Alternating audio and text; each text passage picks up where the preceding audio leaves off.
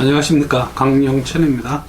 제가 오늘 그 주제에 대해서 강영천의 스쿠버 이야기, 스쿠버 다이빙 이야기를 하기보다는 건강 이야기로 해야 될 것 같은 생각이 들었습니다. 이 다이버분이 보내주신 질문 가운데 사실은 이런 게 있습니다. 박사님 안녕하십니까? 지난 주말 울진에서 다이빙을 하고 울진에 다이빙 좋은 포인트 많습니다. 출소해서 가래를 뱉으니 피가 섞여 있었습니다. 함께 갔던 친구들에게 알리지 못하고 또 두 번째 다이빙을 했습니다. 출소해서 침을 뱉으니 또 조금 피가 섞여 있었습니다. 평소에는 건강한 편이고 술, 담배를 즐긴다고 합니다. 괜찮을까요? 도와주십시오.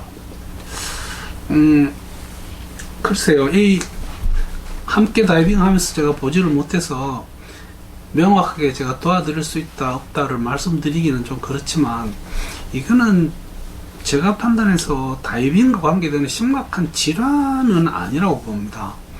그래서 오늘은 그냥 다이빙 후라는 이름은 괄호에 넣고요, 가래에 피가 보이면 혹은 객혈이라고 하는 제목으로 한번 내용을 정리해 봤습니다. 실제로 뭐 다이빙을 했건 안 했건 객혈을 한다면, 특히 다이빙을 한 경우라면 제가 생각해서는 이거 구강이나 잇몸 등의 상처가 났거나 혹은 어떤 이유로 코피가 났는 경우가 아닐까 합니다. 그래서 그걸 앞에 넣었고요. 그 이외에 실제 우리가 생활을 하면서 객혈을 하는 어떤 원인들 중에서 제일 많은 것들을 한번 추려 봤습니다. 그래서 코피가 사실 제일 많습니다. 그다음에 기도 감염, 천식, 폐암도 있고요. 이 중에 특히 제가 사랑하는 다이버 분들에게 꼭 담배를 끊으라고 권하는 그 이유 중에 하나인 만성 폐쇄성 폐질환이라는 아주 못된 병이 있습니다.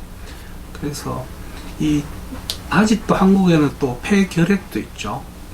그 이외에 그 폐 속의 어떤 동맥과 정맥이 기형을 이루는 그 혈관 질환도 있습니다.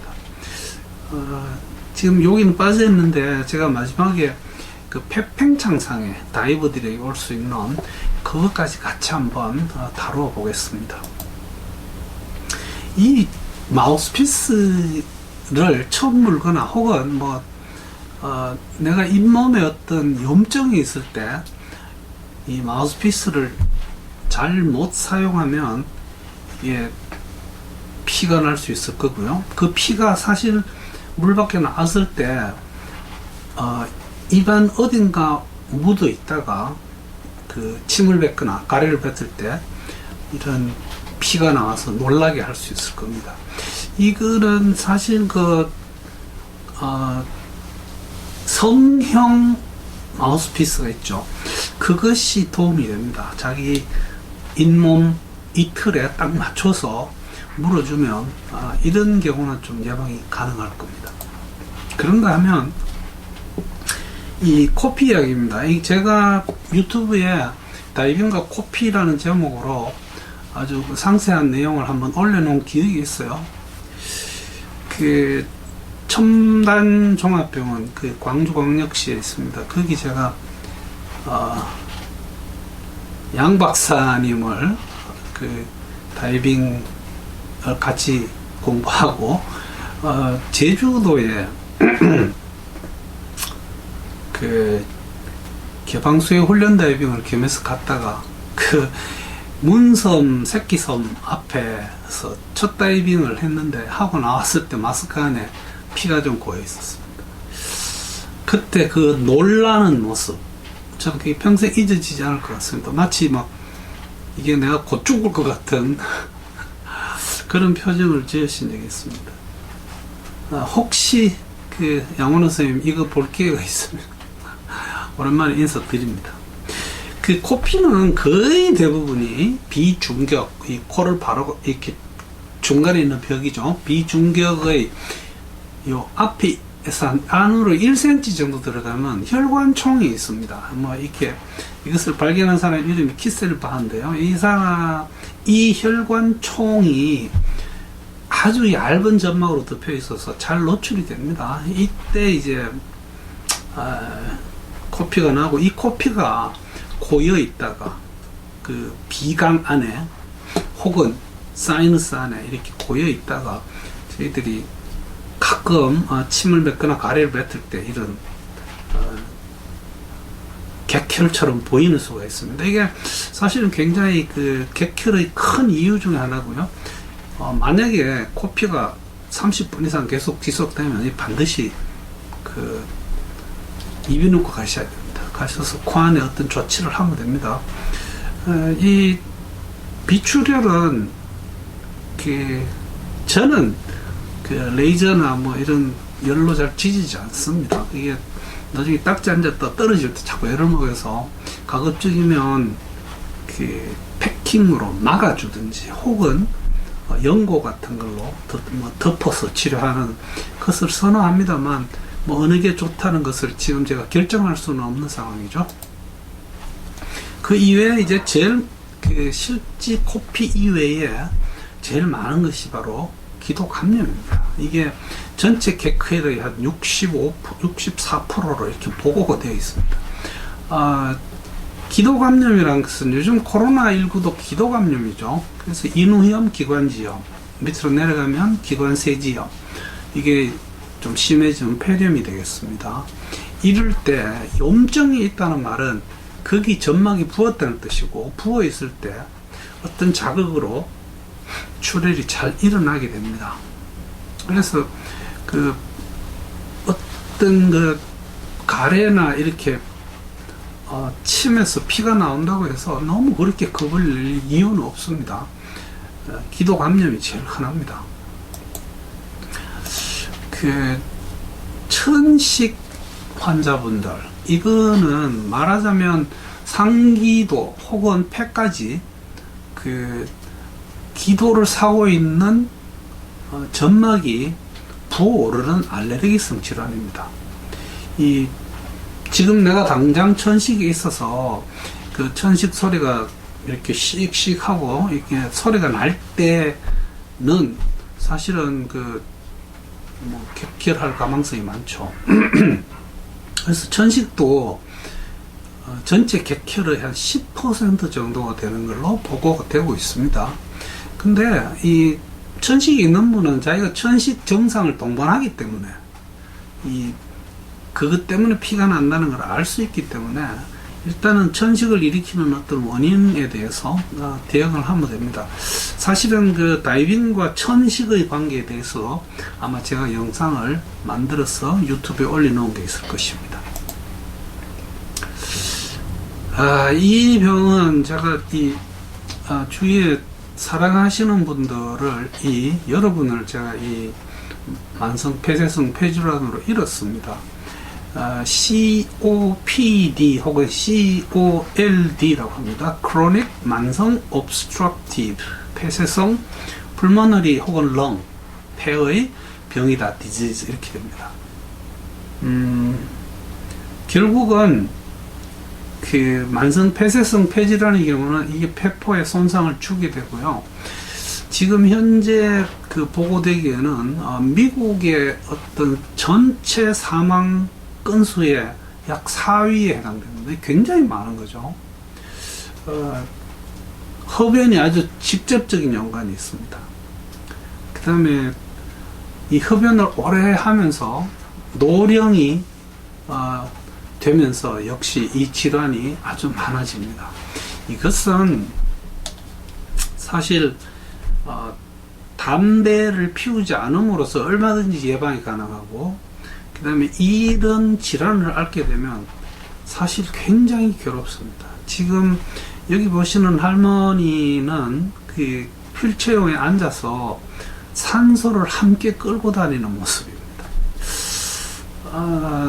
배가 고프면 좀 참을 수 있을 것 같은데 산소가 고프면 사람이 견디기가 참 힘듭니다. 삶 자체가 아주 심하게 꺾이기 때문에 담배는 빨리 끊는 게 좋습니다. 지금 그 할머니 모습과 옆에 보시면 어떤 영감님이 휠체어 뒤에 이렇게 산소통을 메고 있습니다. 이렇게 되면 저희들이 이게 사실은 삶이 아닙니다. 너무너무 힘들고 해서 이 병은 피할 수 있는 병이기 때문에 여러분들이 가급적 빨리 담배를 끊는 게 좋겠습니다. 정상은 뭐 물론 기침이 많이 나고요, 숨이 가빠옵니다. 그 다음에 가슴이 타이트해집니다. 아주 쪼이는 느낌이 오고요. 그래서 문제가 치료를 해보면 정상이 좋아지는 것 같은 느낌이 들 수는 있지만 이게 근본적으로 이미 폐쇄가 진행된 폐를 돌릴 수는 없습니다. 그래서 이 예방이 유일한 대책입니다. 그래서 옆에 지금 제가 마손이라고 적어 놓은 것은 제가 최근에 만나서 아주 사랑하는 다이버 부부입니다. 두 분 다 빨리 담배 끊으십시오. 폐암이 주로 암에 해당되겠죠. 이 전체 객혈 환자의 6%입니다. 이거 절대로 작다고 볼 수 없습니다. 피를 토하시는 분들이 뭐 토한다고까지는 안 하더라도 묻어나는 정도도 다 객혈인데요. 전체 객혈 환자의 약 6%가 암입니다. 이것도 담배입니다. 물론 다른 병에 비해서 폐암은 비흡연자에서도 약 10%에서 20%가 이렇게 나타납니다. 그것은 이제 공기 오염 같은 거, 그 다음에 탄광 같은 데서 일하면 그 굵은 입자의 먼지가 폐에 쌓이면서 이것이 암으로 진행되는 것이 아닌가 이렇게 봅니다. 담배 끊으셔야 됩니다. 폐암이 오면 그 체중이 처음에는 이유 없이 감소합니다. 웬 떡이야 하고 하다가는 큰일 납니다.